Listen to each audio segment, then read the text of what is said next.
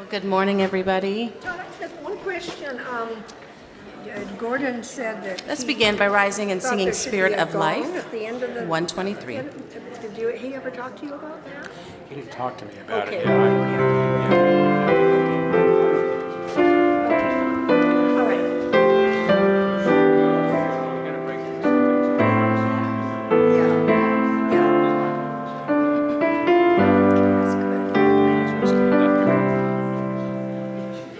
That's Spirit of life, come unto me.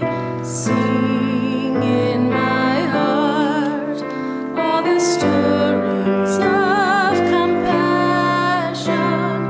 Blow in the wind, rise in the sphere. Move in the land, giving life the shape of justice.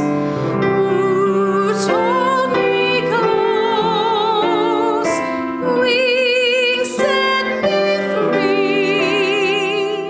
Spirit of life, come to me. Come to me.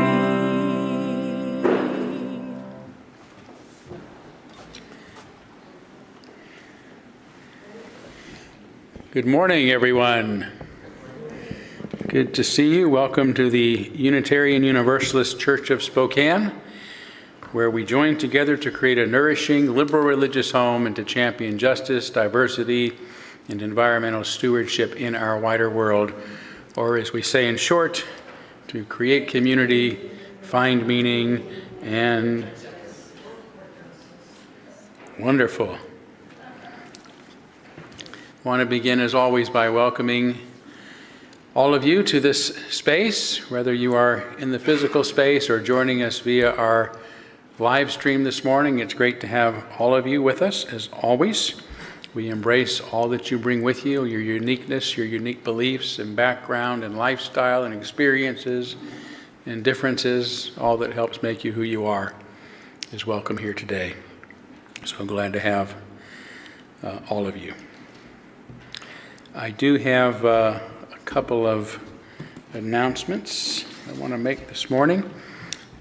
First of all, as you can see up on our screen there, the West Plains Water Coalition is going to be having an event here at our church tomorrow evening at 7 p.m. about the plastic pollution essentially in the Spokane River, especially in the West Hills neighborhood. So they're trying to bring attention to that to our community, and we'll be doing so in a public forum here tomorrow evening. So I would invite those who are interested to be here for that. Wonderful. Here's a brochure if anyone wants to pick it up after the service and look at it. Also, we are, of course, in the midst of our annual generosity campaign, in which we ask our members and our friends to contribute to the annual budget of our congregation as we continue to work together trying to accomplish our mission and our goals in our community and in our world.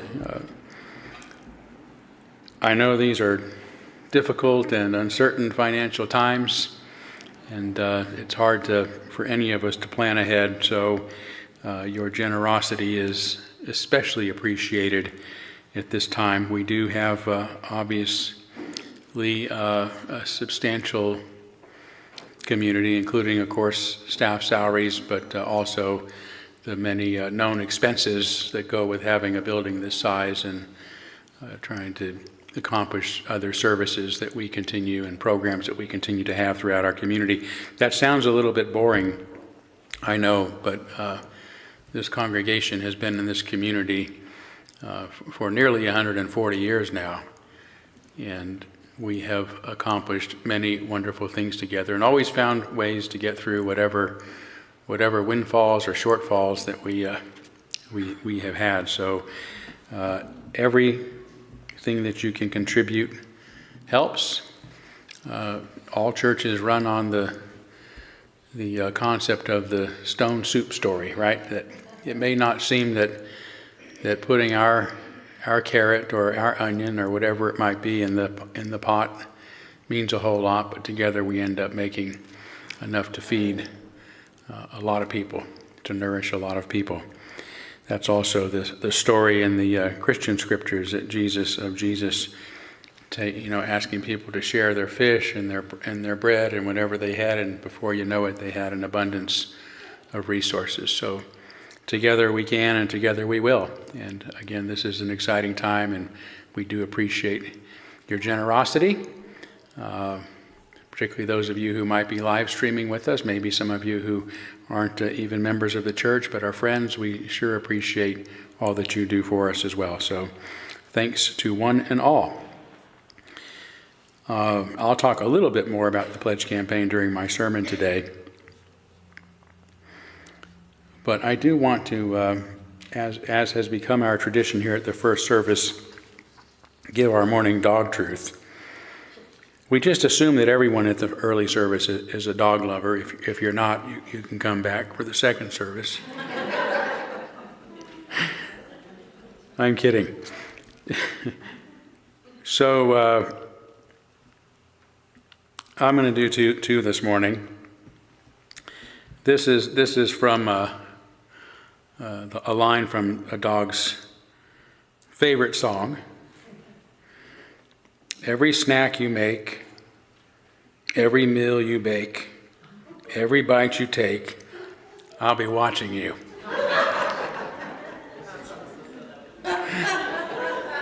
You know that version, right?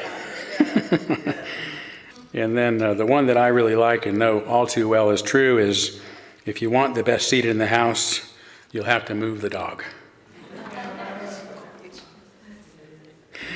Okay. Well, yeah, with that said, why don't we take a couple of minutes this morning to greet one another. Actually, I should say, do we have some folks on Zoom? Oh, we do have some folks on Zoom. Good. A couple there. So let's see. I'm going to walk over to the screen and see.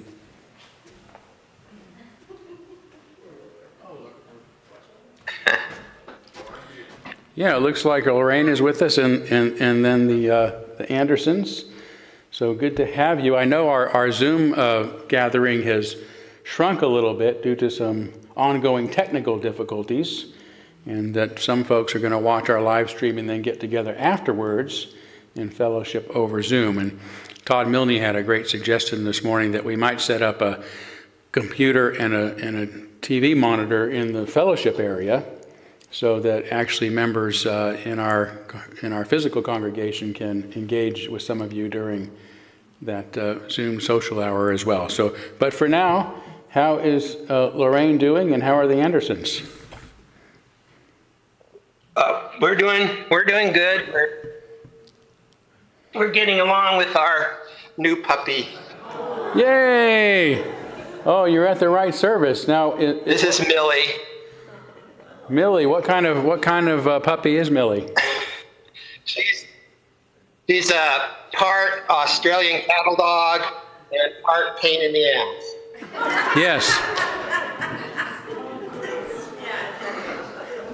Yes, well, one of mine is an Australian cat. She's doing very well in puppy class. She's going to graduate from puppy class on Monday. Good, that way she'll only eat half the furniture. No, you just wait a couple years, she'll stop that. Well, it's great. Lorraine, how are you doing? I'm doing fine, thanks. Actually, I'm getting over a cold, but I'm getting over it. That's the key point. Well, good. Yeah, just like the region is beginning to get over the cold.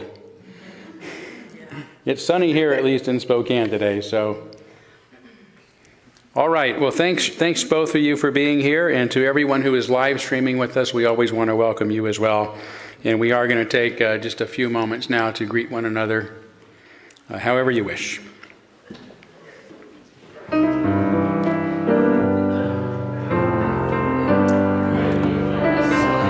you actually getting summertime?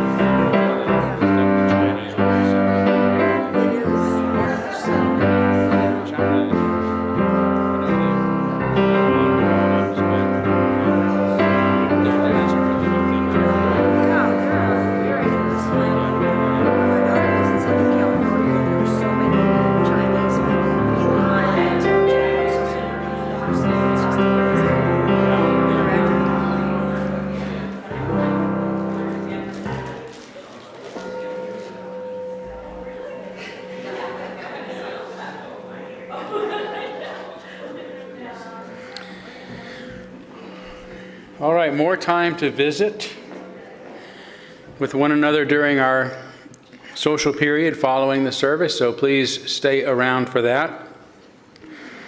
But let's move forward now by lighting our chalice, the symbol of our unity and our solidarity, of our openness and our inclusion, of our community and our individual uniqueness. May this small flame be our offering of warmth to those who are cold and alone, and a light to those in darkness. May it be a flame that ignites justice in our world and a beacon of hope to those in need, and may it reflect at least a spark of truth wherever truth has been lost, and cast a healthy shadow of doubt wherever it's been found.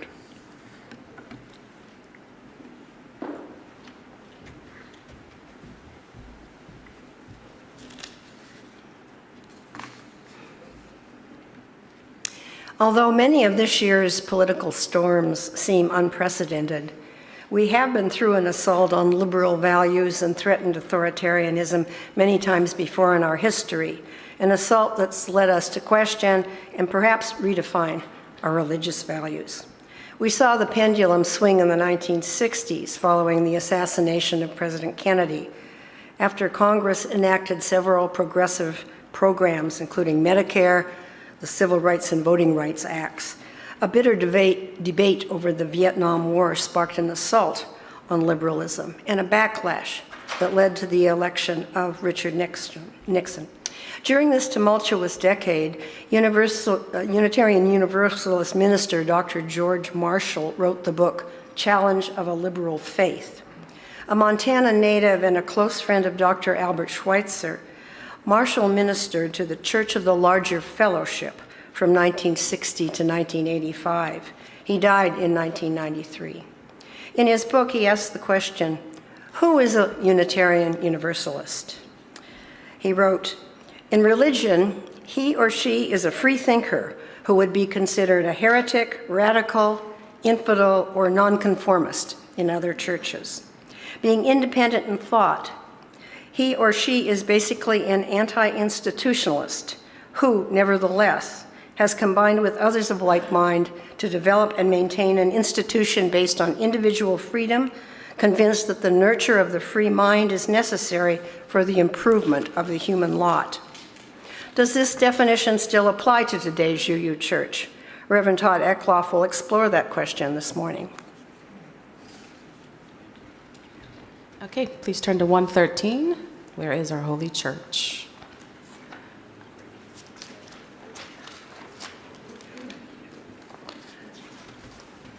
Oops.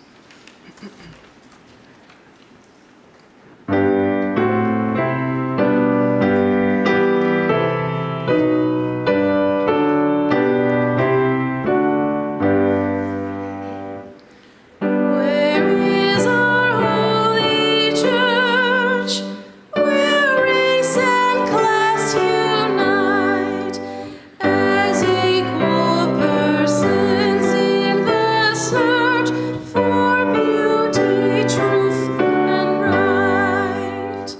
Where is our holy writ, where a human heart a sacred torch of truth has lit, by inspiration taught?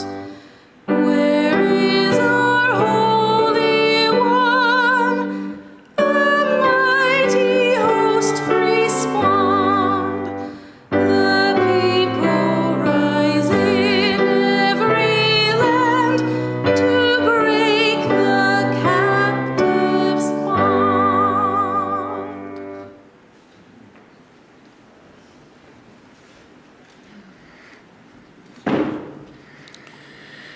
We'll now kindle our candles of care for those who are most on our hearts and minds this morning. I did not get any specific requests for candles this week. I think it is appropriate perhaps to kindle a candle on behalf of the whole world. Everybody in the world, all of our brothers and sisters, our fellow human beings who are experiencing the anxiety and hurt and fear that goes with some of the tumult that has transpired this past week. And for those who have been experiencing tumult for far too long, as we have been on behalf of the people of Ukraine and that region of the world, Russia and other places, coping with the war and violence there, as well as the people of Israel and the Palestinian people who are suffering absolute horrors in that region of the world. Let's take a moment now of silence on behalf of those you might be thinking of, and as always, you're welcome to name them aloud if you like.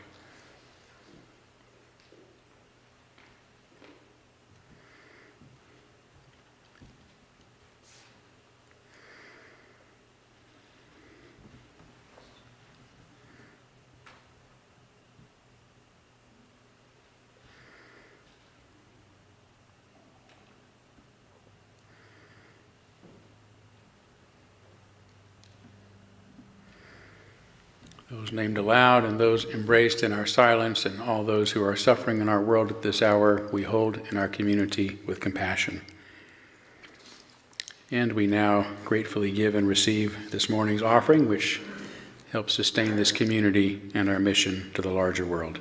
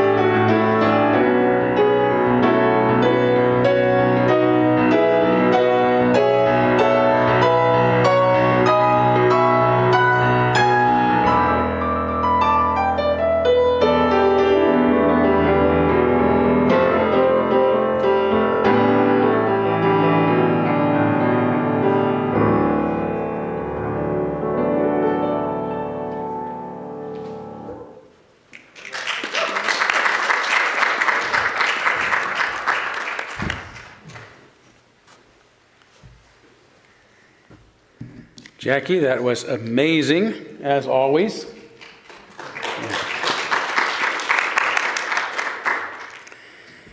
All right, it is time for our story for all ages, so I'm going to bring a friend to help, as usual. Oh, this is a very, very special friend of mine. It is Charlie McCarthy. How are you, Charlie? Oh, Charlie, you don't sound so well. What's wrong? Are you in pain? I'm miserable, I tell you. Miserable. Well, what's going on? I have a terrible headache. Oh, I'm so sorry. When did it start? It started with my toothache. Okay, well, you have a toothache and a headache? Have you been to the dentist? Well, just thinking about going to the dentist is what gave me the headache. I see. Well, you don't have to worry about going to the dentist, Charlie. No, they'll fix you up in no time, and these days they have lots of ways to make sure you don't feel any pain, so it's going to be okay. Are you sure? Of course I am. Why don't you let me have a look so I can maybe see what's going on? Why don't you open up and say, ah. Ah. Oh, yeah, it looks like you have a small cavity that needs filling. That's it? That's it. It'll be over in no time. Oh, that's a relief. My tooth still aches, but my head is feeling a lot better.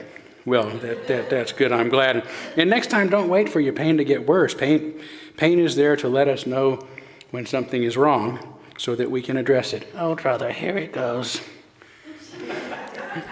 Here what goes. Today's life lesson. And I'm just saying, Charlie, that we suffer or see, when we suffer or see other people suffer and don't do anything about it, it only gets worse. So whether it's a toothache or people suffering from poverty or hunger or who don't have the opportunity to go to the dentist or doctor when they're hurting, it's up to us to pay attention and do what we can to help. Doesn't your sermon come later in the service? Well, I just want you to understand that we don't have to settle for pain. We can help by doing something about it. While the world may never be perfect, Charlie, we can make it better than it is now by caring for and helping others. Do you feel better now? Well, actually, Charlie, now that you mention it, I'm having a little toothache coming on myself. Perhaps we should go to the dentist together. Well, why don't you let me have a look? Let you have a look. I mean, what do you know about dentistry? Now, didn't you just say when we see others in pain, we should do what we can to help? Now, oh no, I didn't say ah. Okay, ah, aha. Just as I suspected. What is it? What did you find? Is it serious? Looks like you have athlete's foot. Athlete's foot? That's ridiculous. Why would I have athlete's foot in my mouth? From putting your foot in your mouth too often. Oh my gosh, I guess I walked right into that one, huh, Charlie? I think my headache has suddenly returned. I think it's time for me to go. All right, Charlie, well, get some rest and we'll see the dentist first thing in the morning. All right, more about Charlie later.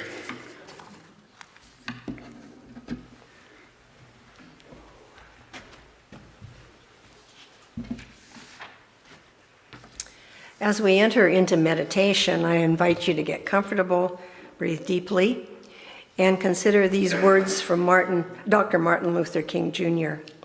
The church must be reminded that it is not the master or the servant of the state, but rather the conscience of the state.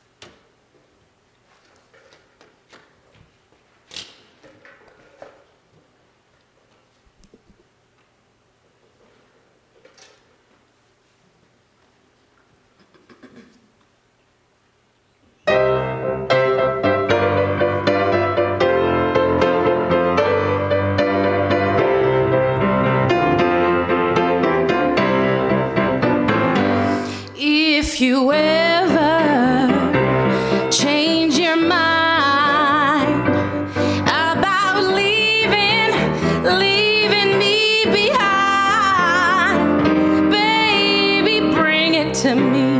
Bring your sweet loving, bring it on home to me, yeah. Oh yeah, yeah. But I know I laughed when you left, but now I know I only hurt myself. Oh, bring it to me, bring your sweet loving, bring it on home to me, yeah. Oh yeah.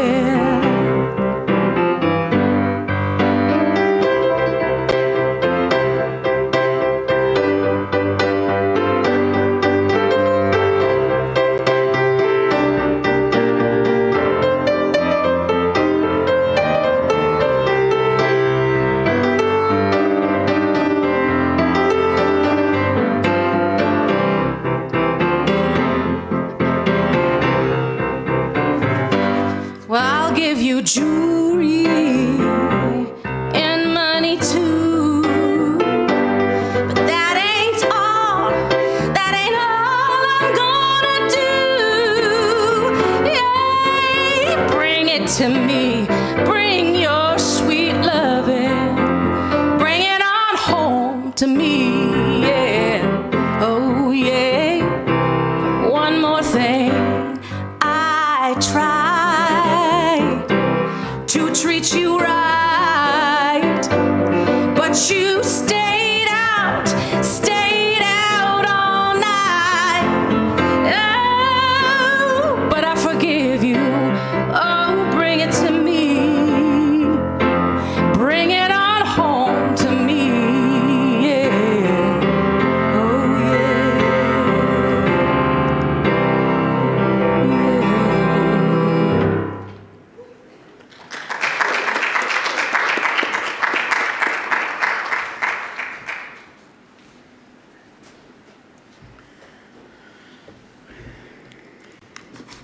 Good to have you back. Yeah, that's right.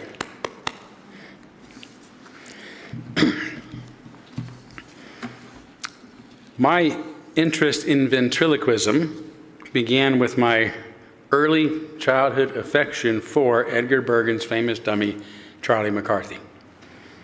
Charlie's long era of fame was already waning when I discovered him in the late 1960s, when I was about 5 years old, by watching an occasional rerun of one of his old movies dating back to the 1930s and 1940s.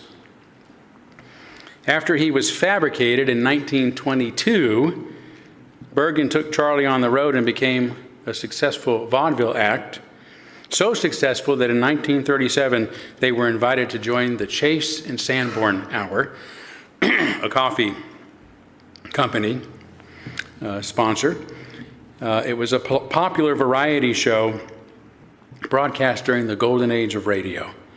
And they remained one of radio's top programs,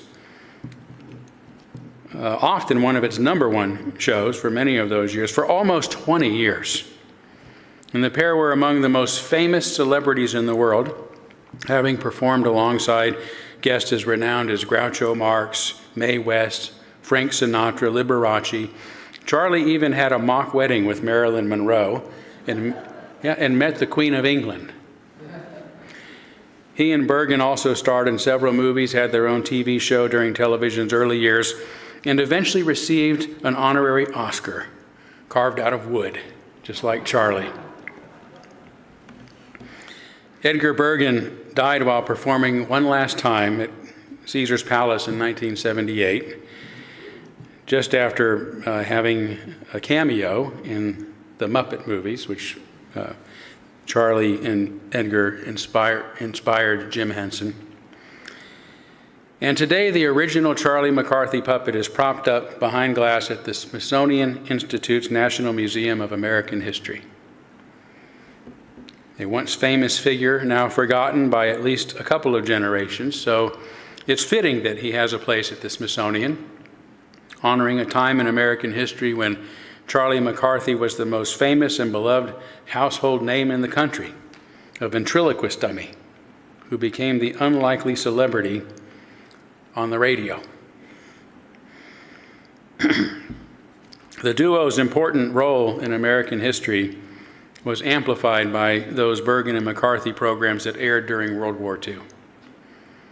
They were packed with patriotic songs, encouragement to buy government bonds, calls for scrap metal collection, conserving limited resources, writing letters to servicemen, and offering inspirational words about America and its great values. At the end of one episode, for example, the program's official host, the talented actor Don Amici, I should say actor, singer, dancer, said the following: "We are a nation founded on freedom, a freedom guaranteed by a document known to the world as the Constitution of the United States. We of the United States are justly proud of our Constitution. It has been called the most perfect plan of liberty ever devised by man. And yet its power lies in its simplicity, a simplicity that begins with its first three words: we, the people. Through all our struggles to become a free nation, we remain we, the people. Tyrants have sought to conquer us before, but we have conquered the tyrants and remained we, the people. And now, once again, we have set our course. We, the people, have decided that our children and their children shall remain free as we were free before them. That as our enemies must learn to know is what we mean by we, the people." These are inspiring sentiments that must have motivated listeners to remain resolute despite the many difficulties associated with being a nation at war. And there is much truth to them. Yet it is difficult for honest people who know this country's history not to remember that it has also been a nation built on the beaten backs of slaves, on the cheap and tireless labor of kidnapped orphans and indentured servants and exploited Chinese immigrants, none of whom were allowed the freedom and dignity we, the people, like to claim our country was founded upon. This is so because they, among others, like women and indigenous persons, simply weren't considered people. Not really. Social psychologist Erich Fromm offers a possible explanation for what appears to us now as blatant hypocrisy and inhumanity. In his exhaustive study on aggression, Fromm says we have to begin with the consideration that for primitive man, the stranger, the person who does not belong to the same group, is often not felt as a fellow man, but as something with which one does not identify. This may be so because, unlike other animals, humans have lost the instinctive ability to recognize other members of our own species as such. Man does not recognize or identify co-species as easily as other animals, Fromm says. For him, different language, customs, dress, and other criteria perceived by the mind rather than by instincts determine who is a co-species and who is not. And any group which is slightly different is not supposed to share the same humanity. So we can mistreat and misuse other human beings, even go to war with them, because of their ideological, cultural, national, physical, and any other differences, because we don't accept them as human. Not really. All humans are more closely related to each other than any other kind of animal on the planet, which is why, over time, as our accepted circles of inclusion are widened, subsequent generations realize how wrong and unjust it was for their predecessors to have mistreated those now accepted with such cruelty and indignity. In an episode only a week before Don Amici gave his inspiring speech about we the people and our nation being founded upon freedom, Edgar and Charlie had just returned from entertaining the troops in northern Alaska. In addition to a few corny jokes about bringing back blubber so they could chew the fat, Don Amici asked, "Charlie, did you by chance see any Japs while you were at Dutch Harbor?" "Well, I tell you, Don," Charlie said, "it was very foggy out there. It was oh so foggy up there. It really was too foggy to see 'em, but I could smell 'em." To which the audience laughed. Then Amici said, "They tell me those Japs are pretty hard to find. I hear they're disguising themselves as human beings." To which someone else replied, "Well, they'll never get away with that." And the audience laughed.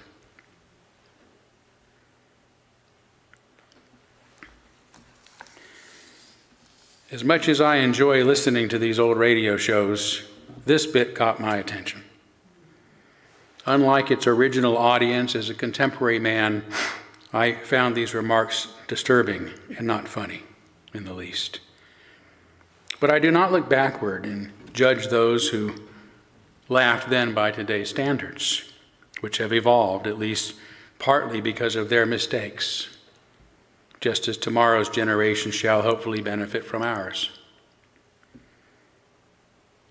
Instead, I try to understand their roots to avoid repeating the errors of the past. Again, Fromm is my go-to luminary on the subjects of human psychology and sociology, and he says that all governments try, in the case of war, to awaken among their own people the feeling that the enemy is not human.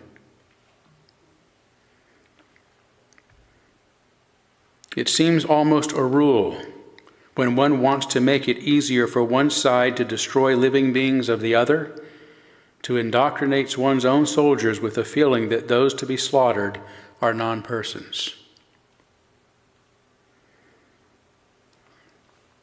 But it's not just the government that does so. Our entire culture is often involved in the same dehumanizing environment and scheme, whether consciously or not. Case in point, the radio episodes I've mentioned originally aired in 1942, the same year President Roosevelt issued Order 9066, only 2 months after the bombing of Pearl Harbor, authorizing the arrest and detention of Japanese Americans, about 120,000 of them, into internment camps, permanently robbing them of their homes, their possessions, their wealth, and more to the point, the very freedom that Don Amici had bragged America is all about.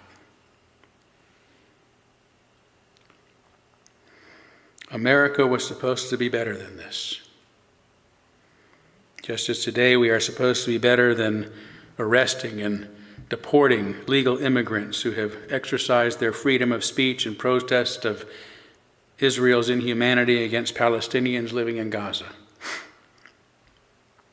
We're supposed to be better than kidnapping students with legal visas off our streets, placing them in chains and exiling them from this country.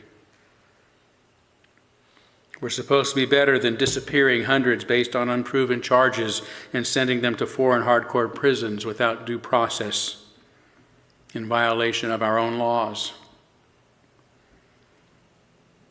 As the leader of the free world and having benefited the most from our global economy, we are supposed to be better than exploiting the poorest nations on earth while falsely claiming that they've been ripping us off for years.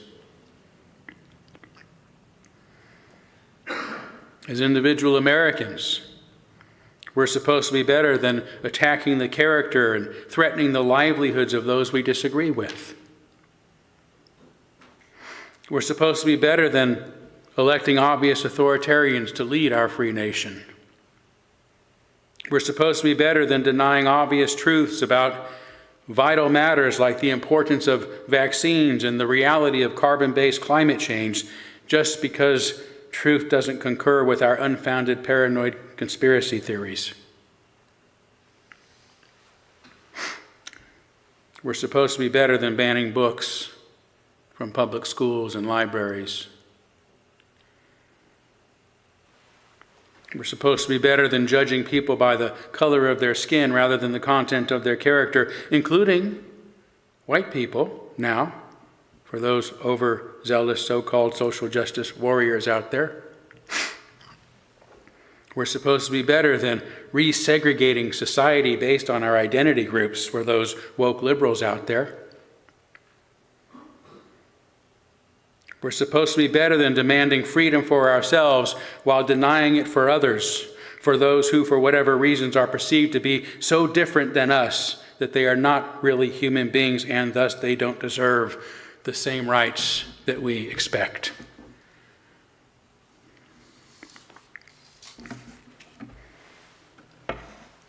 Excuse me just a moment. I don't usually have allergies, but I think the shift in whatever is going on out there is impacting me just a bit.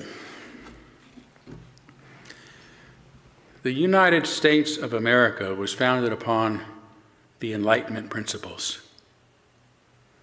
If you're a Unitarian, you should know them by heart.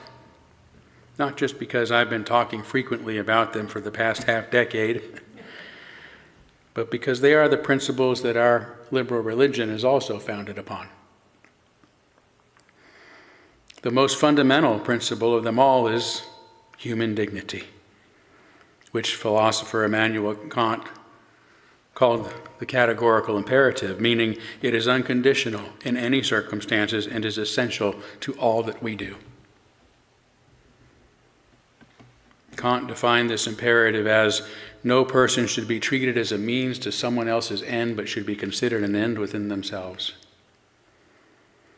This principle was reframed during the French Revolution in the terms that we're most familiar with today as the inherent worth and dignity of every person.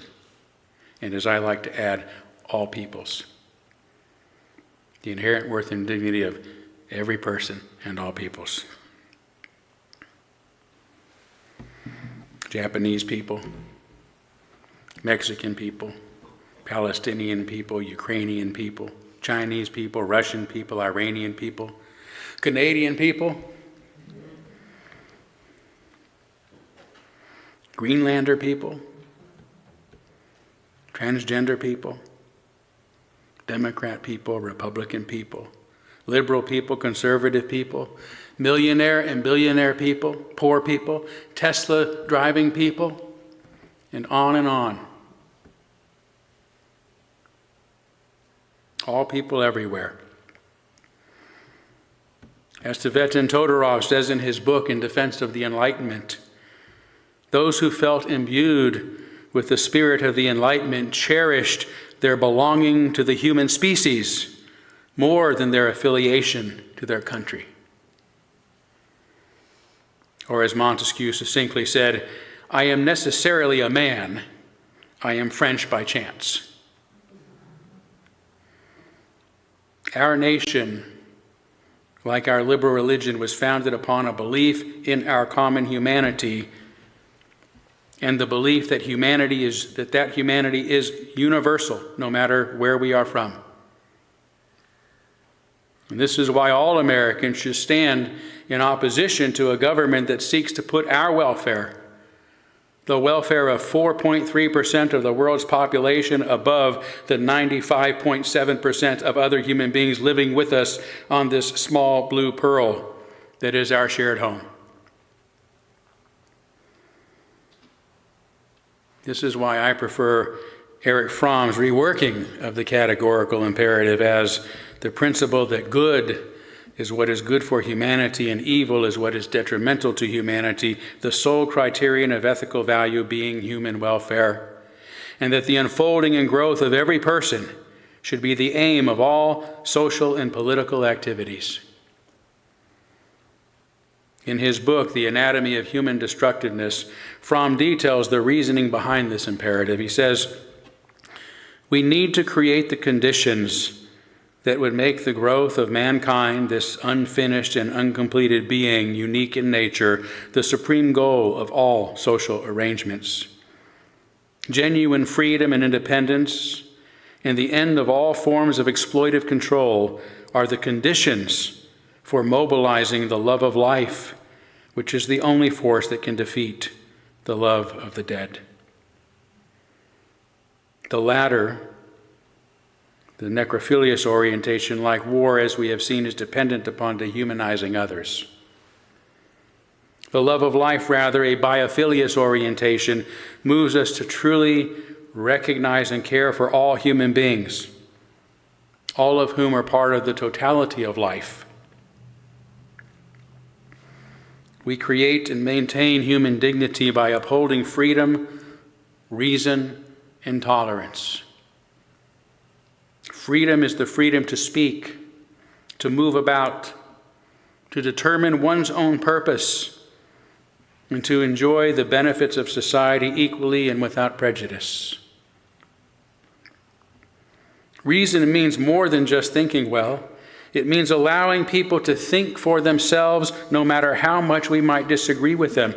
It means they don't need a church or a government authority telling them that they must and must not believe. And tolerance means we simply live and let live, and that it is our moral responsibility to protect the welfare and rights of those we may vehemently disagree with as much as our own. Dignity is our fundamental principle, the basis of our nation and our liberal religion. Freedom, reason, and tolerance are what such dignity looks like when it is upheld. Today we are in the midst of our church's annual generosity campaign, during which we ask our members and friends again to please make a financial commitment to help sustain the efforts of our historic community, which has a 138-year history as a radical and persistent voice of these liberal values in our community and in our world at large. I hope it will continue to have such a presence for as long as is necessary. But the theme of this year's campaign comes in the form of a question. What brings you here? It's a challenging question, because on the one hand, it invites us to consider what we like about this church, what we personally get out of being here. But on the other hand, it asks us to consider if we're in the right place. If human dignity really is our greatest value, along with upholding freedom, reason, and tolerance necessary to create and maintain such dignity. This is what American Unitarianism is supposed to be about, although it's gotten increasingly muddled since its ill-considered entanglement with Universalism in 1961, an error I have made it my mission to correct during these waning years of my role as a Unitarian minister. Since the merger, both traditions, I'm not frowning upon Universalism, I just consider myself a Unitarian, I should say. Both traditions have been slowly transformed into frail shadows of their former selves because of their forgotten histories. In the process, its adherents have become increasingly unable to articulate what this new hybrid religion is, Unitarian Universalism. During the past couple of decades, it has been overtaken by those who don't at all cherish our commitment to human dignity. They've said so. Nor to the freedom, reason, and tolerance that sustains it. They call those errors, our errors. 6 years ago, I wrote and distributed a book about these concerns, as you know, and I was within hours banned and labeled a racist, homo, and transphobic, classist, ableist. Within a month, I was publicly censured by the UU Ministers Association, and by the end of the year, I was disfellowshipped by the Unitarian Universalist Association, which went on to label me as a non-cooperative, abusive bully who is ethically unfit for ministry on a new webpage built just for me. All of this occurred without anyone, to this day, lifting a single sentence from my book to prove these ludicrous ad hominem, panicked assertions. The UUA's top leaders even secretly colluded with a few upset members of our own congregation to try to force me from my post, rather than help ease the tensions here, which was their job. They did all of this with no concern for the welfare of our congregation, just so long as they could get rid of their pesky gadfly, no matter who they used or who they hurt or if they split our church apart or not. They didn't care. They didn't care about my dignity or yours. They didn't value the principles of freedom and reason and tolerance that Unitarianism is founded upon, which they have since eradicated from their bylaws.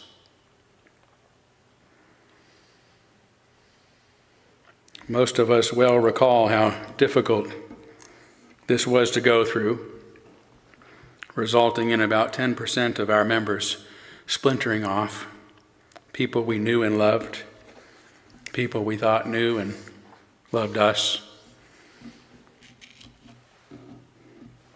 But they only left after causing even worse havoc in our church than the UUA did.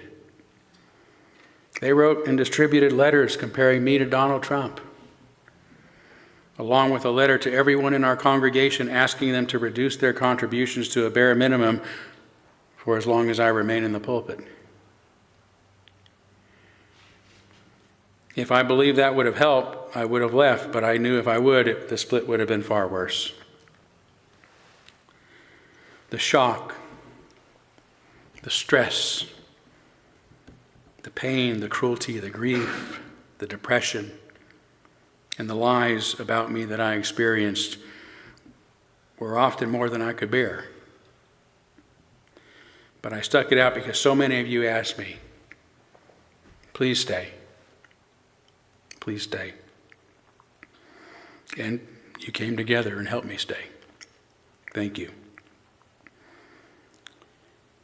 Finally, those who spat on my dignity and tried to deny my freedom to speak and to reason for myself, and who proved so utterly intolerant, fled immediately after they lost a board election, and even after they had been so solidly and soundly rebuked by the great majority of our congregation, they didn't have the fortitude nor the moral courage to stay and work out our differences. Instead, they immediately sent a joint letter of resignation, never to be heard of again. I've often asked myself the very question we're asking ourselves now. What on earth brought them here? If it wasn't human dignity and freedom and reason and tolerance, then why be part of a Unitarian church? Once again, turning to Fromm helps me gain some insight into what may have happened. He says it does not make any difference whether the object of one's aggression is a stranger or a close relative or a friend. What happens is that the aggressor cuts the other person off emotionally and freezes him. The other ceases to be experienced as a human and becomes a thing over there. Under these circumstances, there are no inhibitions against even the most severe forms of destructiveness. And that's what it felt like. Like I'd become a dehumanized thing over there.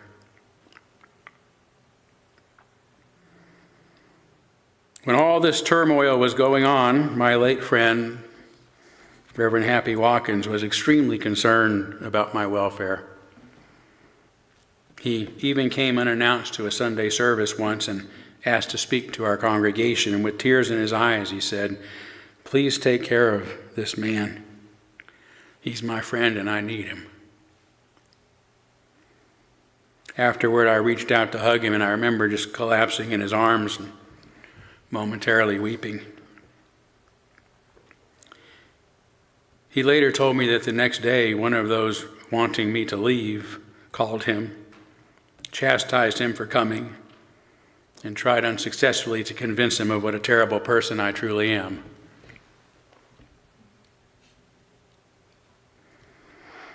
Sometimes Happy came to the house to check on me and Peggy, who had been just as shocked and traumatized by such cruelty as I was.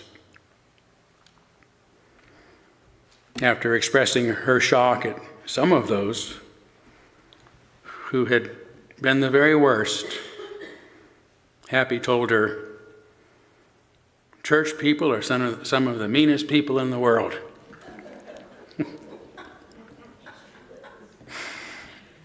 Have you found that?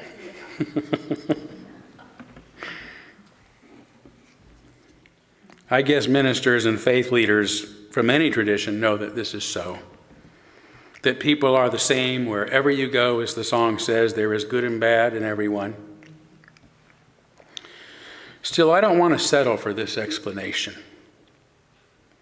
Not in our Unitarian Church.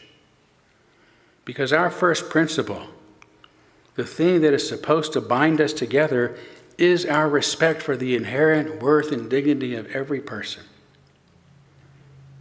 and all peoples. If this isn't what brings you here,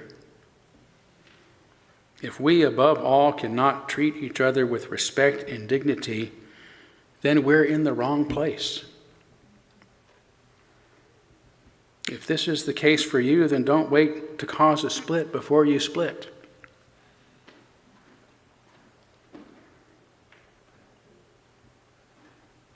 I sometimes joke that Unitarians will entertain almost any idea, but will argue over where to put the furniture. But as with Charlie McCarthy's joke about Japanese people stinking and not being human beings, it isn't really funny.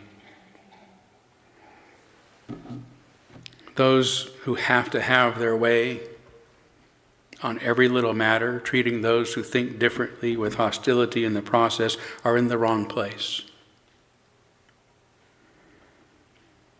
There are plenty of places for disrespect and indignity in this world, but UUCS is not one of them. Indeed, there is no room for such indignity in Unitarianism anywhere, given that it is founded upon the categorical imperative. Human dignity equals freedom, reason, and tolerance. Freedom, reason, and tolerance add up to human dignity. Yet even now, as I work to restore our venerable tradition, I get pushback for emphasizing the centrality of these principles. Some people complain that they are not spiritual enough, not inspiring enough, not attractive enough, and the like. But for those of us who are Unitarians, they are more than enough, which is what brings us here. Just as our nation cannot say it is founded upon and devoted to freedom when it dehumanizes others in order to turn them into enemies or to justify exploiting them, if we can't treat others with dignity, no matter who they are, especially those within our congregations and our liberal religion, then we may be a lot of things, but we cannot claim to be Unitarians. Not really. My hope for our historic congregation, again, is that it will be here for as long as remains necessary to remind our community and the world of the values that we devote our lives to, values that uplift humanity and the well-being of every person and of all peoples.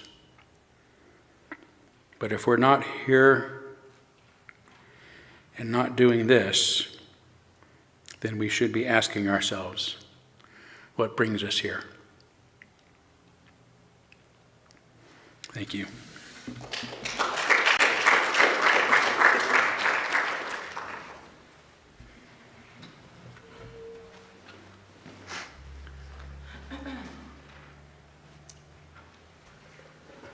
We're just going to go straight to our last Oh, song yeah, let's together. do. Well, Yeah. why don't we have our benediction, and then we'll go to the Yeah, perfect. shalom? Yeah, Yep. since I went a little over. You Yep. mind?